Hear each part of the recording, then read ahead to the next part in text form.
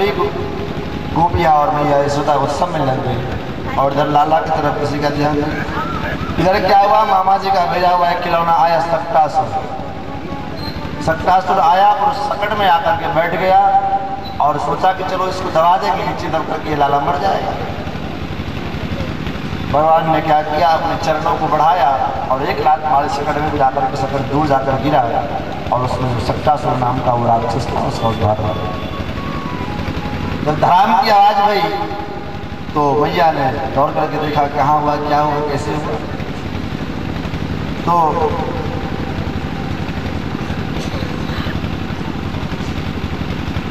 मैया जब आए पास में देखा राक्षस मरा पड़ा हुआ है, लाला खेल रहा है।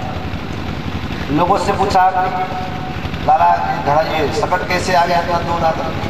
तो वहाँ पर जो खड़े सखा लोग थे उन्होंने कहा मैया मैया मैं बताऊँ। मैया ने कहा बताओ। चढ़ान का मैया मैंने अपनी आंखन से देखो है, तेरे लाला ने एक लात मारी और ये सकट दूर जाके गिरा। मैया ने कहा दाढ़ी के मांग नहीं खाया है, ये अभी 6 महीनों को लाला और इतने बड़े सकट में लात मारी और दूर जाके गिरे।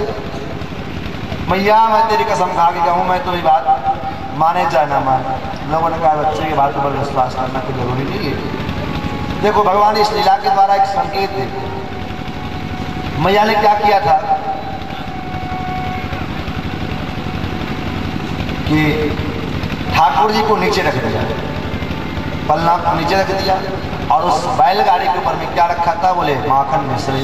ये मक्खन मिश्री क्या है, बोले गोरस, इसको गोरस में कहा जाता। और गोरस का मतलब क्या है, बोले गोरस का मतलब होता है गो मने इंद्रिय, गोरस मने मक्खन इत्यादि तो होता ही, और गोरस मने होता है गो मने इंद्रिय और इंद्रियों का जो रस।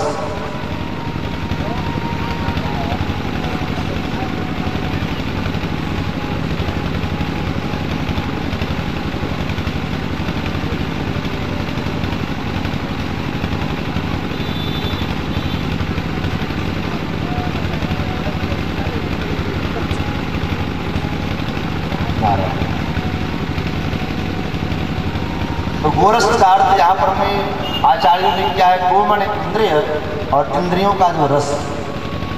मतलब भगवान क्या करते हैं, देखो बैलगाड़ी में 2 चक्के हैं, 2 पहिया। मानो एक गृहस्थाश्रम, बैलगाड़ी मानो गृहस्थाश्रम और गृहस्थाश्रम के भी 2 पहिए, पति और पत्नी। भगवान कहते हैं देखो दोनों पहिया मिला करके चलोगे तब तो ये आश्रम सही रहेगा, और नहीं तो क्या होगा, बोले तो अगर एक ही पहिया आगे हो जाए पीछे हो जाए तो क्या होगा, गाड़ी पलटी हो जाएगी। और भगवान कहते हैं इस गृहस्थाश्रम रूपी सकट के ऊपर में अगर तुमने कृष्ण रस को, भगवत रस को नीचे कर दिया, मैया ने क्या किया, पन्ना को नीचे कर दिया, तो वो और गोरस को ऊपर, मतलब इंद्रिय रस। गृहस्थाश्रम रूपी से इस रथ में गोरस की प्रधानता देकर के भगवत रस को छोड़ देना। भगवान कहते हैं फिर इस गृहस्थाश्रम को मैं चैन से नहीं जीने, सुखी पूर्वक रहने नहीं दूंगा। उसमें अगर कृष्ण रस, परमात्मा रस, भगवत रस अगर प्रधान हो और इंद्रिय रस उसके पीछे हो, तो वो ये आपका प्रसाद है, प्रसाद समझ करके हम ग्रहण करते तब तो ठीक है। मानो भगवान ने कथा के द्वारा हम सबको यही सब कि अपने गृहस्थाश्रम रूप के जीवन में कृष्ण रस को, परमात्मा रस को, भगवत रस को प्रधानता देनी चाहिए, तभी हमारा गृहस्थाश्रम रूपी रथ सफलतापूर्वक, मंगलपूर्वक चल सकता है। आगे अब भगवान 1 वर्ष के पूरे हो गए, अभी तक इनका नाम संस्कार नहीं हुआ। गर्गाचार्य जी को वसुदेव जी ने भेजा है, गर्गाचार्य जी ने लाला का नामकरण संस्कार करने के लिए आए। पहले तो कहा नहीं करेंगे, हम तो जो है वसुदेव जी के पुरोहित हैं, आपकी लाला का नामकरण करेंगे तो हो सकता है कहीं किसी को पता चल जाए और आपकी लाला का भी अनिष्ट करे। तो नंद बाबा ने कहा ऐसा कुछ नहीं होगा, आप चुपचाप नामकरण संस्कार कर दो, किसी को पता तक नहीं चलेगा। आप गौशाला में पधारो, हम दोनों लालाओं को लेकर के वहीं आते हैं, चुपचाप आप जो है मुख्य रूप से नामकरण कर देंगे। नंद बाबा लाला को लेकर के वहीं पधारे और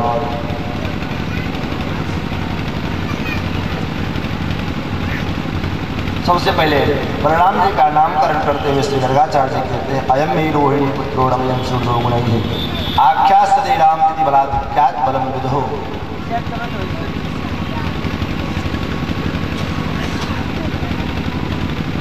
ये इसका नाम होगा राम, क्योंकि ये अपने गुणों के द्वारा सबके हृदय में भ्रमण करेगा। राम शब्द का अर्थ ही होता है रमन्ते क्रीडन्ते योगिनो यस्मिन् जासाति रामः, जिसमें योगी लोग रमण करें अथवा जो योगियों के हृदय में रमण करे वही राम है। और इसलिए इनका नाम राम होगा।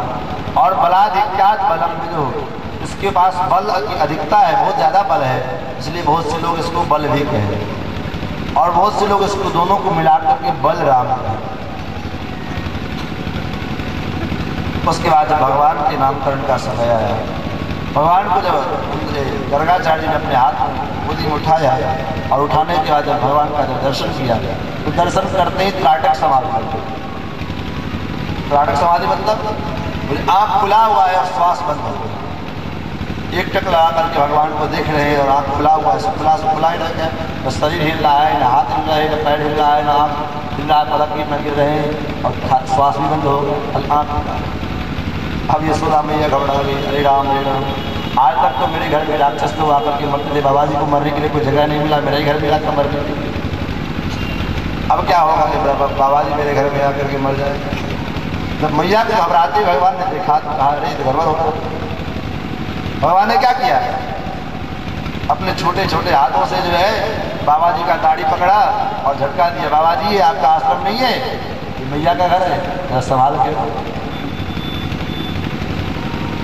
तब जो है गर्गाचार्य जी का समाधि खुला, जो समाधि खुला तो गर्गाचार्य जी ने कहा कि ये नंद बाबा बहुनि सन्ति नामानि रूपाणि च सुदस्यते गुरुकर्माणि रूपाणि तान्यहं वेदनो जनाः।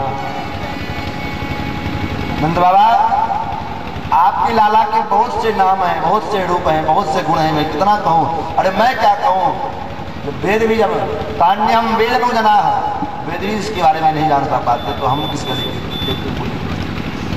फिर भी इनका हर एक युगों में अवतार होता है, अलग अलग रूप से जो है अवतार अलग अलग रंग के होते हैं। किसी युग में काले, किसी युग में पीले, किसी युग में जो है बैगनी, लेकिन वर्तमान युग में अभी जो है ये काले बनकर के आए, इसलिए इनका नाम कृष्ण होगा। और ये अपने रूप के द्वारा, अपने माधुर्य के द्वारा, अपने रस के द्वारा सबको अपनी ओर आकर्षित कर लेंगे, इसलिए इनका नाम कृष्ण होगा। कर्षयति इति कृष्ण, कृष्ण शब्द का अर्थ होता है कि दूसरे को अपनी ओर आकर्षित कर ले, कृष्ण कर्षण कर ले। भगवान कृष्ण को जो एक बार देख ले फिर उन्हीं का हो जाता है। इसलिए एक बार क्या हुआ, दिल्ली से जब रसखान जी महाराज लखनऊ के लिए चलने लगे तो बादशाह ने कह दिया देखो जाते रहे हो लखनऊ, लेकिन रास्ते में एक वृंदावन धाम पड़ता थे हिंदुओं का, उस रास्ते से मत जाना। क्यों महाराज, बोले मैं कह रहा हूँ मत जाना, बस इतना ही समझो। रसखान ने काट दिया, रसखान जी चले महाराज, सोचने लगे कि आखिर क्या बात है वृंदावन में कि बादशाह ने मना किया है नहीं जाने के लिए। चले एक बार चल करके देखते हैं कि बात क्या है। रसखान जी महाराज वृंदावन से होने गुजरने लगे, जब वृंदावन में आए और वृंदावन में बंसीवट पर पहुंचे, संयोग से ठाकुर जी को दया आ गई, ठाकुर जी का थोड़ा सा दर्शन झलक दिखा रहे, बस अब क्या था, भूल गए कि हम कौन हैं। अब वही महाराज वृंदावन की जो है उस रज में लौटने लगे, कुंज गलियों में घूमने लगे, यमुना जी के तट पर घूमने लगे, पागल के जैसे मत वाले होकर। 6 महीना बीत गया, लखनऊ तो अभी तक पहुँचे नहीं। बादशाह ने पता लगाया कि रसखान कहाँ गया, सिपाही सैनिक पता लगाने के लिए निकले, सोचा तो वृंदावन एक बार देखते जाते हैं, क्योंकि बादशाह ने कहा था वृंदावन जाकर के देख ले लो, नहीं हो सकता उन्हें मना किया था, न माना हो। जब वहाँ पर मैं आके देखते क्या है, यमुना जी के किनारे रसखान जी महाराज सारे शरीर में ब्रज का लेप लगाए हुए हैं और नेत्रों से अश्रुधार भी नजर बह रही है। और श्री कृष्ण राधे राधे। सिपाही सलीकरण कहा, अरे रसखान यहाँ पे क्या कर रहे हो? रसखान जी ने कहा, रसखान मैं कहा आज तक केवल मेरा नाम था रसखान, लेकिन वास्तव में रसखान तो मैं अब हो गया। अब तक तो केवल मेरा नाम रह गया था रसखान, और रसका खान अब मुझे मालूम होता है कि मैं अब हो गया। क्यों? क्योंकि रस स्वरूप जो परमात्मा है, रस के जो खान परमात्मा भगवान कृष्ण हैं, ऐसे रस स्वरूप परमात्मा के साथ मेरा तारतम्य हो गया और मेरा उससे मिलन हो गया। पर दर्शन तो हो जाएगा, किसी को भी एक बार दर्शन हो गया फिर तो कहीं कहीं रहता है। दादाजी क्या कहते हैं? दादाजी ने यही कहा, देखो इसका कोई कथा मत सुनना। भ्रमण गीत में शिकायत अपने हृदय का उद्गार व्याख्या करते हुए उद्धव जी को माध्यम बना करके और भ्रमण को जो है माध्यम बना करके भ्रमण को उलाहना देने के माध्यम से श्री राधा जी कहते हैं देखो इसकी कथा मत सुनना। जैसे ये काला है ऐसे इसका जो है कपटी है भ्रमण, ऐसे इसका मित्र भी कपटी है। और राधा जी कहती है यदनुचरित लीला कर्ण पीयूष विप्र सकृत दन विधूत द्वंद्व धर्मा विनष्टा। किसी ने भी एक बार इसकी कथा सुन ली, उस कथा सुनने के बाद क्या होता है? यदनुचरित लीला कर्ण पीयूष विप्र, कर्ण के द्वारा एक बार भी इसकी कथा को सुन लिया, परिणाम क्या हुआ? परिणाम ऐसा हो जाता है कि सकृत धन विधूत द्वंद्व धर्मा विनष्टा, सारे द्वंद्व धर्म समाप्त हो जाते हैं। क्या करें क्या नहीं करने, द्वंद्वात्मक जो फंसा हुआ है जीव संसार को पकड़ करके इसी को अपना मान करके, यही दोनों धर्म है। और ये सारे द्वंद्व धर्म समाप्त हो जाते हैं। और होता क्या है? बहव इव विहंगा भिक्षुचर्याम चरन्ति, जैसे आकाश में पक्षी लोग चल विचरण करते रहते हैं, उनका घर होता है, पर कोई ठिकाना होता है, चाहे सायंकाल हो गया वहीं पर मैं ठहर गया। ऐसे ही बहव इव विहंगा भिक्षुचर्याम चरन्ति, घर द्वार छोड़ करके भिखारी बन जाता है, मथुरा छूट जाता है, अयोध्या वृंदावन पहुंच जाता है। ऐसी इस कथा का है, लेकिन शर्त है कथा को आप महाराज इतनी कथा सुनते कहाँ कुछ होता है? सुनते कहाँ? हजार लोग कथा सुनने के लिए जाते हैं, सोचते हैं 500 लोग पहुंच पाते हैं, 100 लोग पंडाल में कथा पूरी सुन पाते हैं और 100 में कोई एक ही व्यक्ति इसको ग्रहण कर पाता है। कथा तो सब सुनते हैं, सुनने से तो कथा तो सबने सुनी थी। वो करो जी महाराज से निवान तो किया आया था, पूछा क्यों? श्रवणम तो कृतम सर्वैर्न तथा मननम, श्रवण तो सबने किया लेकिन मनन किसी ने नहीं किया। खाली दवा खाते जाओ, उसका जो है परहेज उसको न किया जाए तो क्या बीमारी ठीक हो जाए? कभी नहीं ठीक हो सकती। लाख दवा खाओ। तो भगवान कृष्ण का ऐसा स्वरूप, भगवान राम का ऐसा स्वरूप। देखिए व्यक्ति ने वृंदावनवासी कहते हैं भगवान कृष्ण का स्वरूप इतना माधुर्य है, इतना माधुर्य है।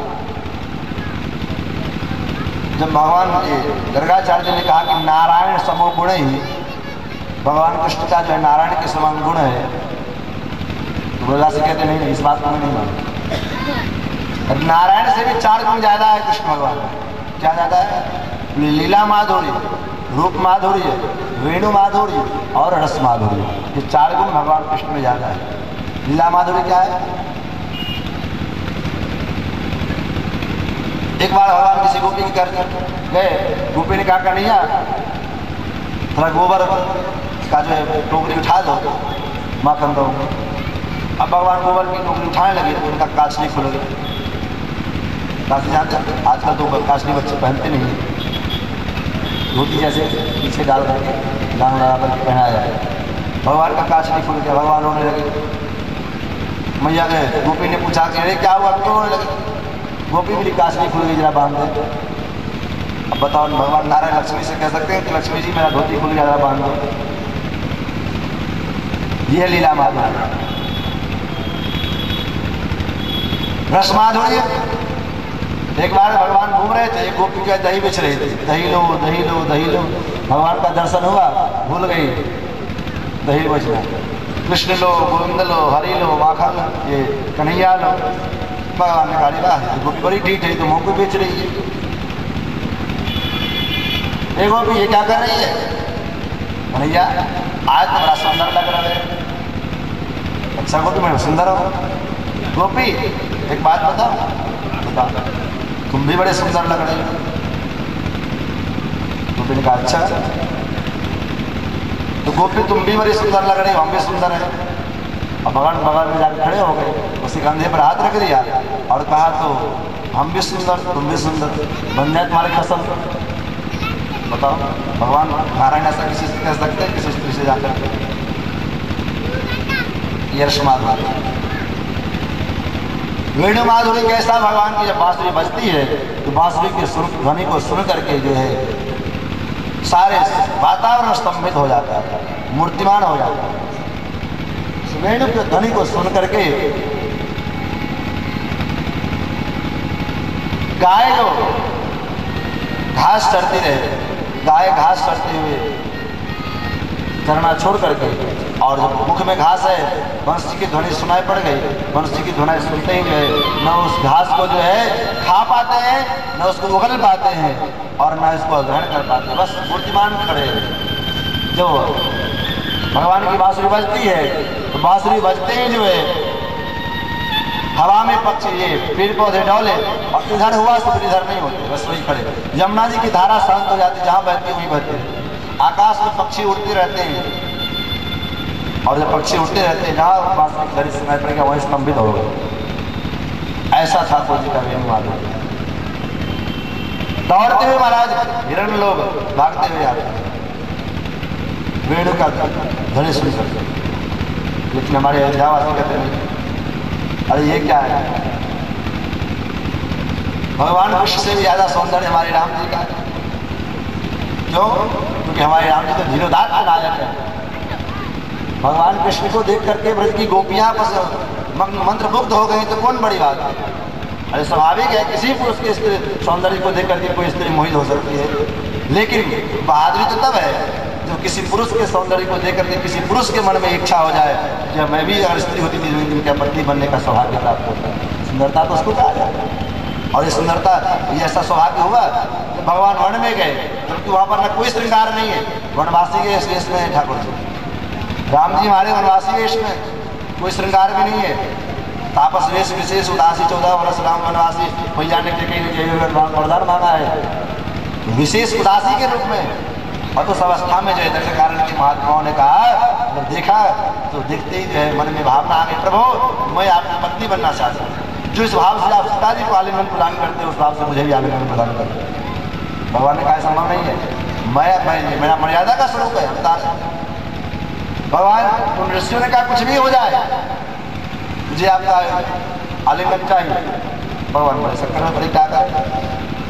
भगवान ने कहा चिंता मत करो, अगले अवतार में जो है मैं आप लोगों को आलिंगन प्रदान करूंगा। तो कुछ महात्मा तो तैयार हो गए जो गोपियां बने, और कुछ महात्मा ने कहा कि अगले अवतार तक जो है प्रतीक्षा करेंगे तो आप वादा करो यही सौंदर्यता अगले अवतार में भी रहेगी। भगवान ने कहा ये नहीं कह सकते। बोले वाह ये कौन सी बात है, इतना दिन तक प्रतीक्षा भी करना पड़ेगा और ये सौंदर्यता रहेगी नहीं इसका भी कोई ठिकाना नहीं, मुझे तो अभी आलिंगन चाहिए। भगवान ने कहा ऐसे जड़ मूर्खों ऐसी बात मत करो, जड़ हो जाओगे। ऋषियों ने कहा कोई बात नहीं, मुझे जड़ होने को तैयार हूँ लेकिन आपका आलिंगन चाहिए। बस भगवान ने कहा जड़ हो जाओ, तो ऋषिगण जड़ हो गए। और जब जड़ हो गए तो सीता जी का जब वियोग हुआ तो भगवान क्या करते हैं, हे खागम मृग हे मधुकर श्रेणी तुम देखी सीता सीता जी के वियोग का बहाना बना करके उन ऋषि मुनि बने हुए जड़ पर वृक्षों को ठाकुर जी आलिंगन प्रदान करते हैं, पहाड़ों को आलिंगन प्रदान करते हैं। वो पहाड़ क्या है? वही ऋषि मुनि महात्मा ऐसे सब।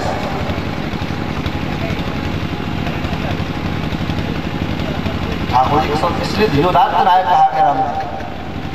विष्णु की सुंदरता को देख करके भगवान ठीक है भगवान है उनको भी मैं मानता हूँ। दास लगना दुकान में सुख का सका, कुछ इधर भी रहा कुछ उधर भी रहा। बिंदु जी महाराज कहते दोनों भगवान है, लेकिन जो राम जी की माधुरी, अरे बांसुरी के धुन को सुनकर के अगर हिरण मंत्रमुग्ध हो गए तो कौन बड़ी बात है। क्योंकि जो है हिरण तो अगर कोई व्याधा भी अगर संगीत का ध्वंस करता है तो हिरण भागा हो चला आता है। अगर कोई व्याधा भी अगर संगीत की ध्वनि करे तो हिरण भागते हुए चले आते हैं। लेकिन हमारे राम जी ने तो कुछ नहीं किया, न मुरली बजाई न कोई संगीत बजाया, और केवल ठाकुर जी की सुंदरता को देख करके हिरण भागे हुए चले आए। तो हिरण भागे हुए आए तो लक्ष्मण जी से भगवान ने कहा उठाओ बाण, मार डालो सारे हिरणियों को। इन्हीं हिरण के वेश में जो मारी जाया और मेरी सीता के कारण हो गए। सभी मृग जो घबरा गए। हिरण्या कहते चिंता मत करो, हमको मारने थोड़ी ना, ये तो कंचन मृग खोजने ये आए, तो सोने का हिरण खोजने के लिए आए। तब तक भगवान ने कहा ठहरो ठहरो ठहरो, मत मारो मत मारो। क्यों नहीं मारे मारा? बोले इसकी आंख जो है हमारे सीता के समान है। मृग नहीं, सीता मृग नहीं, इसके नेत्र मेरे सीता के समान है, इसलिए इसको मत मारो। और भगवान सामने धनुष्मान लेकर खड़े हैं मारने के लिए, लेकिन जो है कहता है प्रभु मुझे मार डालना है तो मार डालो, लेकिन मैं आपका अगर आपका इस सौंदर्य का पान करते करते मर भी जाऊं तो मुझे किसी बात का गम नहीं। ऐसे हमारे राम जी के सौंदर्य। तो ठाकुर जी का नामकरण किया, गर्गाचार्य चले गए। मैया ने पूछा कि मेरे लाला का नामकरण क्या हुआ? मैया भगवान ने कहा नंद बाबा का बड़े का नाम रखा है बलराम, छोटे का नाम कृष्ण। मैया ने कहा बस हो गया, इतना लंबा नाम और इतना टेढ़ा नाम मैं नहीं बोल सकती। बड़े का नाम इतना लंबा बलराम और छोटे का नाम इतना टेढ़ा, मैं मुझसे तो नहीं बोला जाएगा, तो क्या करोगे? मैया ने कहा तो मैं बड़े को बलुआ कहूँगी, छोटे को कनुआ कहूँगी। और जीवन भर मैया ने यही कहा, कनुआ कहीं कहीं बोला तो मैया। और भगवान को इसी बात का तो कष्ट है। भगवान जब मथुरा में गए दिन रात रोते हैं। उद्धव जी ने पूछा क्यों रोते हो आप, क्या कारण है? तो भगवान रोते हुए उद्धव जी के मस्तक कंधे पर सिर रखकर कहते उद्धव, मथुराधिराज जितकुल शिरोमणि श्री कृष्णचंद्र जी महाराज को करने वाले बहुत से लोग यहाँ मिल जाते हैं, लेकिन प्यार से कनुआ कहने वाला कोई नहीं मिलता, प्यार से कान्हा करके पुकारने वाला यहाँ पर कोई नहीं मिलता। बस इसी बात का कष्ट। अब भगवान थोड़ा सा बड़े हो गए, उछल कूद उनका शुरू हो गया। सुखदेव जी कहते हैं राजा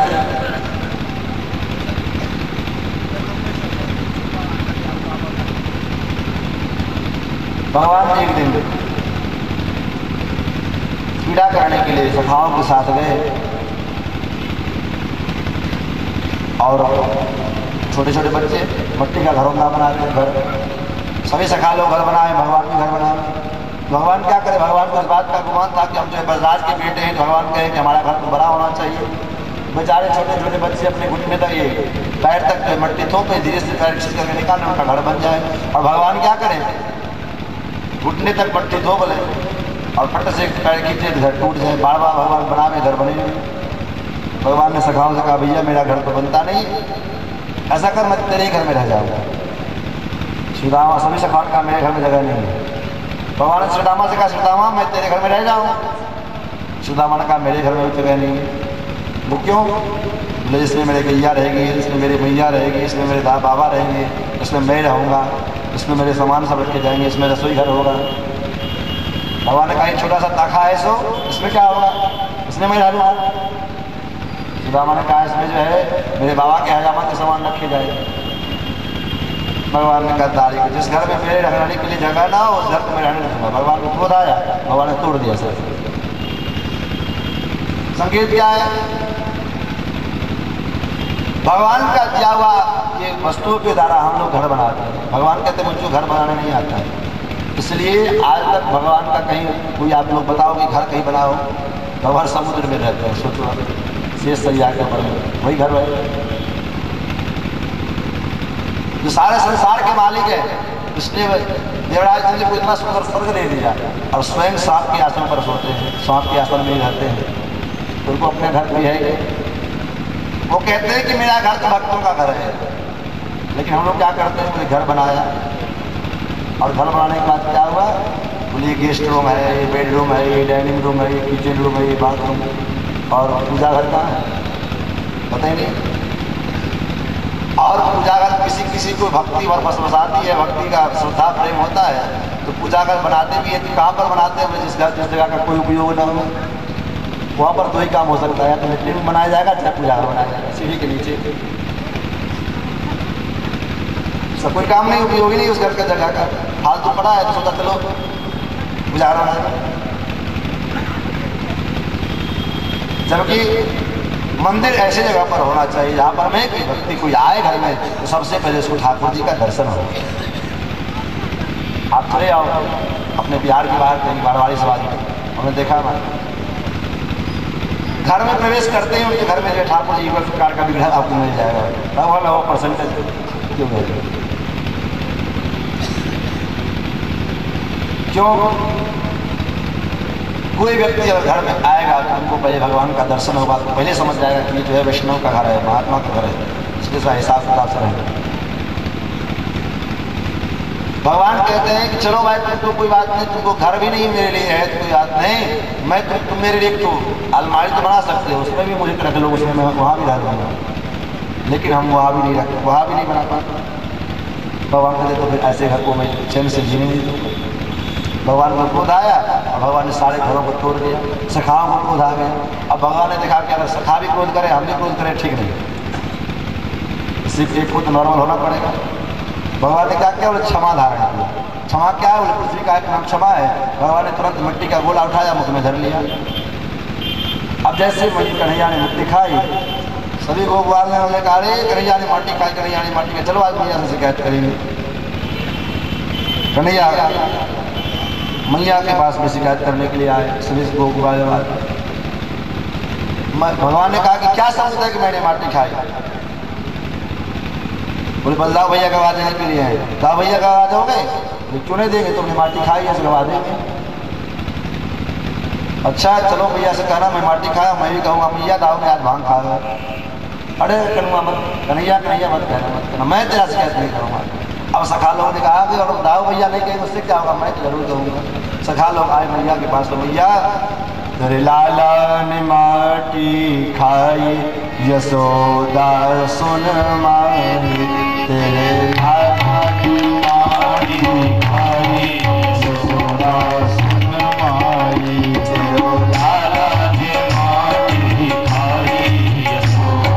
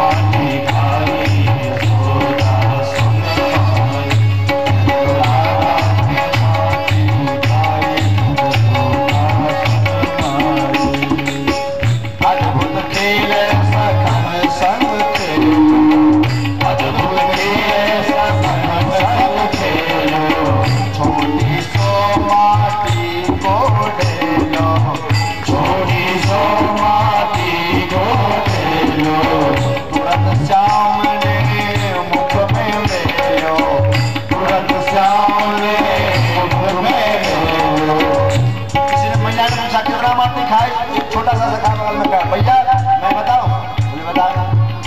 भैया सखा ने कहा कि भैया इतनो बड़ो माटी को ढेलो, इतनो बड़ो माटी को ढेलो। भैया ने कहा डाले कि इतना छोटा सा मुंह इतना बड़ा माटी ढेला कैसे खा लिया इसने। बड़े भैया मैं आकर से देखो कैसे खाया जाने। अभी जाने